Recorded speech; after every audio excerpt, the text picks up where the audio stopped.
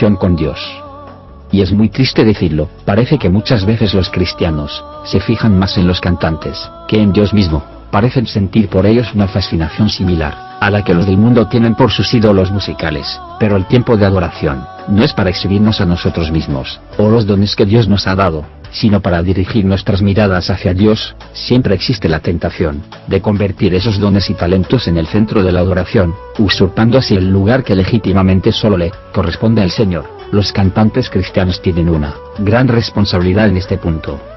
Algunos cantantes cristianos, conocidos actualmente como los grandes adoradores, son responsables del tremendo empobrecimiento de mucha de la adoración que hoy se ofrece a Dios por medio de la música. Solo hay que ver la pobreza de sus letras, que en muchos casos solo consiste en unas sencillas frases que se repiten indefinidamente. Esta escasez de términos y conceptos en la adoración no tiene nada que ver con la riqueza que brota de las sagradas escrituras.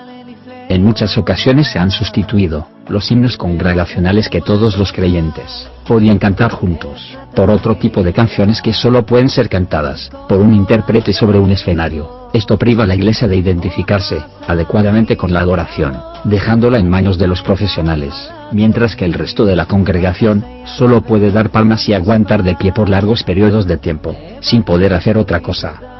A nadie se le escapa el hecho de que en el día de hoy, la música cristiana se ha convertido para algunos cantantes en un importante negocio que no solo les reporta grandes beneficios económicos, sino también fama y popularidad, similares a las de los cantantes del mundo, y con el fin de ampliar su mercado, no dudan en imitar los ritmos mundanos, o de alternar canciones dedicadas al Señor con otras de carácter totalmente profano. ¿Cuántos líderes de alabanza, hoy en día se parecen más a animadores de fiestas mundanas con sus ademanes, animando al público a excesos emocionales más que señalando hacia Dios? ¿Cuántos pastores dan más importancia a la apariencia de su local de reunión y de su propia persona, que al estado de su relación con Dios, en sus miembros y de su propia persona? ¿Y cuántos miembros de iglesias creen que con su participación en el servicio, han cumplido su servicio a Dios, mientras en su vida diaria, dejan de servir a Dios, y se olvidan de su señorío, hasta el siguiente servicio? Muchas personas no ven a Dios como lo que es, como Dios poderoso, Rey de Reyes. Solo lo ven como alguien a quien hay que exigirle milagros, llegando hasta ahí respetarlo. La mayoría de los cristianos están familiarizados con el verso de la Biblia, en Juan capítulo 4 verso 24, donde Jesús dijo que debemos adorar a Dios en espíritu y en verdad. Pero, ¿cuántos de nosotros realmente hacemos lo que dice? ¿Sabe usted cómo adorar a Dios en espíritu y en verdad? ¿Está seguro de que Dios acepta su forma actual de culto? ¿Adora usted de acuerdo con la Escritura? ¿Cómo sabes tú si eres un adorador en espíritu y en verdad? Porque tu vida está entregada para servir a Dios. La adoración es servicio, por eso el Señor nos aclara que no debemos adorar ni servir a otros dioses, porque Él es celoso. Deuteronomio capítulo 8 verso 19: y sucederá que si alguna vez te olvidas del Señor tu Dios, y vas en pos de otros dioses, y los sirves y los adoras, yo testifico contra vosotros hoy, que ciertamente pereceréis. Adorar es ofrendar nuestra vida a Dios para servirle. Adorar no es un acto externo de solamente de cantar himnos de adoración, es verdad, la alabanza es uno de los sacrificios agradables que podemos hacer a Dios, pero el máximo sacrificio que podemos hacer es servirle con nuestra vida. Cuidado, el enemigo llegará a ofrecerte el mundo, sus riquezas y placeres para que la adores, tal como hizo con nuestro Señor Jesús. Mateo capítulo 4 del verso 9 al 10. Pero nuestro Señor contestó: al Señor tu Dios adorarás y solo a Él servirás. Sí, amado hermano, nadie puede servir a dos señores, y el enemigo trata de hacer que por las riquezas algunos no sirvan a Dios con toda su vida y dejen de ser adoradores en espíritu y en verdad. Durante su conversación con la samaritana, el Señor abordó el tema de la adoración, con una amplitud y profundidad completamente nuevas. De esta manera contestó a las inquietudes de la mujer, dejándonos también a nosotros una información muy valiosa que necesitamos para poder ofrecer a Dios una adoración que sea de su agrado, porque no debemos olvidar que adorar a Dios es un asunto muy serio que no podemos tomar a la ligera, y el pasaje que vamos a estudiar nos advierte de la posibilidad de creer que estamos adorando a Dios, cuando en realidad lo que hacemos puede ser otra cosa muy distinta. Por ejemplo, el Señor descalificó la adoración de los samaritanos cuando le dijo a la mujer: vosotros adoráis lo que no sabéis. Por lo tanto, es importante que aprendamos por su palabra cómo debemos hacerlo para no cometer errores similares. Cuando nos preguntamos qué es la adoración, encontramos que, como es habitual en la Biblia, esta no nos ofrece ninguna definición, sino que su forma de enseñarnos es mostrándonos numerosos ejemplos de personas que adoraban a Dios con el fin de que a través de ellos podamos aprender cómo debemos hacerlo nosotros.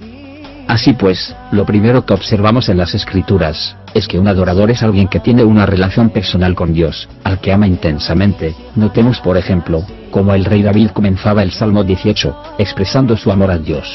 Te amo, oh Jehová, para inmediatamente después invocarle porque reconocía que es digno de ser alabado. Salmos capítulo 18 del verso 1 al 3, como no puede ser de otra manera, es nuestro amor a Dios lo que nos lleva a adorarle, aunque, por supuesto, este amor es una pobre respuesta al gran amor que hemos recibido, del 1 de Juan capítulo 4 verso 10.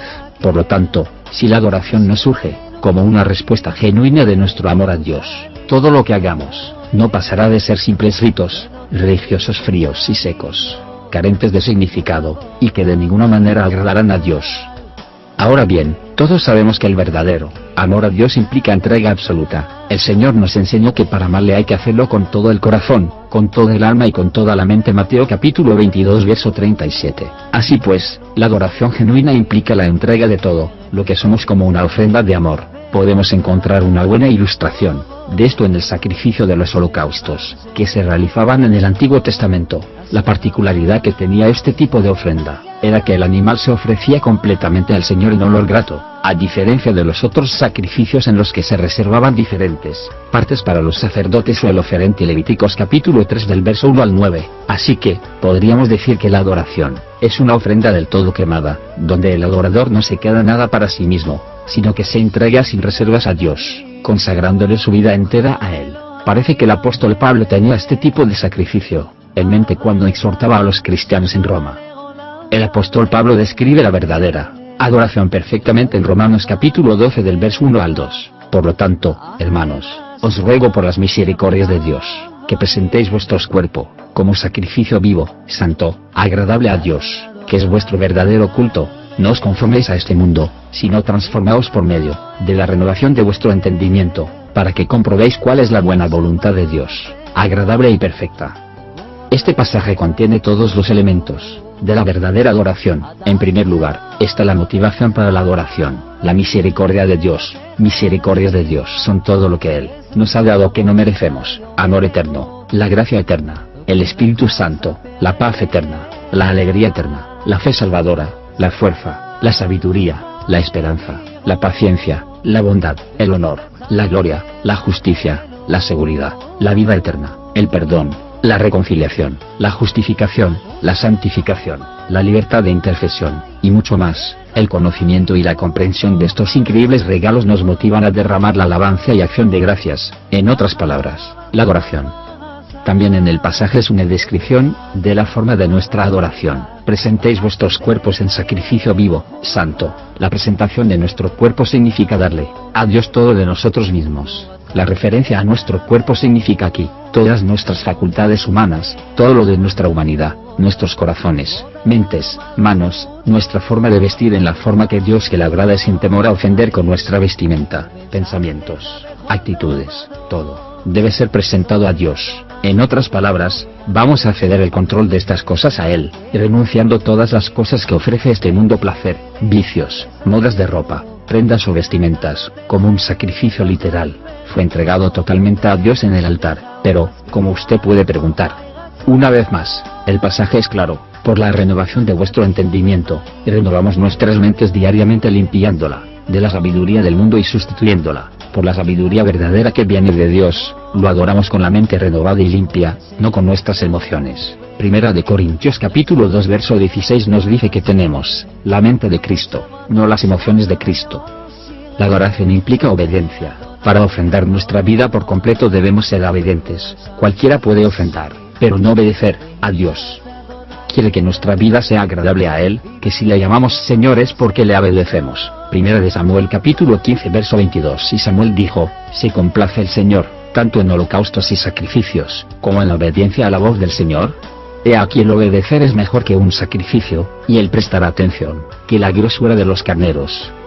El mayor homenaje que podemos brindar, en adoración al Señor, es nuestra obediencia. Esa es la forma de decirle cuánto le amamos. Jesús dijo: el que le ama guarda su palabra. Juan capítulo 14 verso 21. Reflexiona en esto, amado hermano. Si Dios anda buscando adoradores, en espíritu y en verdad, ¿será que no hay muchos? Si tal vez podrán haber muchos adoradores pero en letra, que ofrendan, diezman, alaban, y eso no está mal, pero no entregan su vida por completo a Dios.